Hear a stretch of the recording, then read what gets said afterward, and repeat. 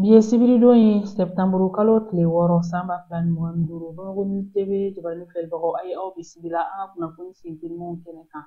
Kunnafoni daminɛ na Kayi marabolo kɔnɔna la maa marifatigi dɔw minnu ma bunnatigɛ minnu tun ye banbanci wale ta ka Sɛnɛgali jamana ka sofɛri maa 6 sɛgɛrɛ ka tunun ni olu ye a yirala k'a fɔ ko o sofɛri maa 6 ninnu ye kannabila sɔrɔ ni o laseli ninnu dira nɛgɛjuru sira fɛ ni Sɛnɛgali jamana ka kunnafoni di sira dɔ ye. Hakilina jiginna kunnafoni ninnu sɔrɔlen kɔfɛ a yirala k'a fɔ ko nin ko in kɛra alamisa Sɛpitɛnburu kalo tile 4 san 2025 nɛgɛ kanɲɛ 17 ani ka taga bila nɛgɛ kanɲɛ 18 la. Nin sofɛri ninnu yɛrɛ tun bɛ ka boli kamiyon 3 de kɔnɔ sirada wolo kɛrɛfɛ Segala ni Kayi ni ɲɔgɔn cɛ. Halisa an bɛ to ni Mali kunnafoniyaw ye. Jara Transport olu ka kari min bɛ taa Burukina Bamanciw ye walejugu ta k'o kari in sɛgɛrɛ. Walejugu in tɛ dɔwɛrɛ ye u ye ta don mɔbili in na. Nin walejugu in kɛra Kuri ni Kucala cɛ ka kɛɲɛ ni nɛgɛ kanɲɛ 10 ka taa bila a 11 na ni o ye 11 heures ye. A kɛra Karangana usine kɛrɛfɛ nka jateminɛw y'a yira ko Mali kɔni ma to a la.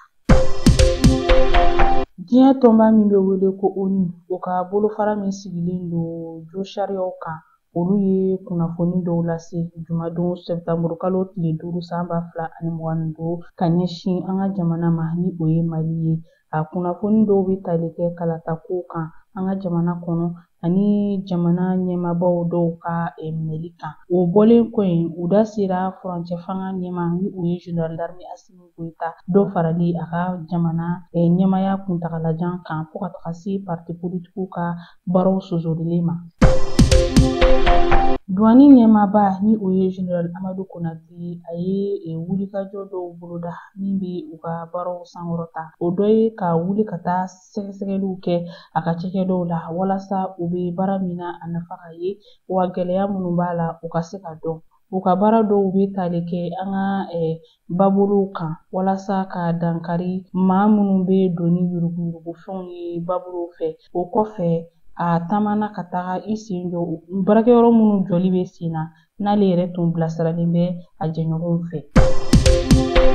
An bɛna an ka kunnafoniyaw kuncɛ ni kɔkan kibaruyaw ye. Rusi perezida ni o ye Vladimir Putin ye a ye kangarimada kɛ jamana wɛrɛw kɛlɛkɛcɛw minnu bɛ taa u daga Ukraine jamana na. A kun ye u bɛ walejugu min ta ka Rusi jamana sɛgɛrɛ danga sigi o la. Rusi jamana ka nin kɔrɔfɔ in a taara ka kɛ ni ɲɔgɔn yeba min kɛra walasa ka kɛlɛ ban Rusi jamana ni Ukraine jamana ni ɲɔgɔn cɛ. Ni nin bɛ dan sigi bi an ka kunnafoni sentelenw na an ni ce aw ka ɲɛmadali ani aw ka kulomajɔw la aw k'an bɛn don n'a nataw la.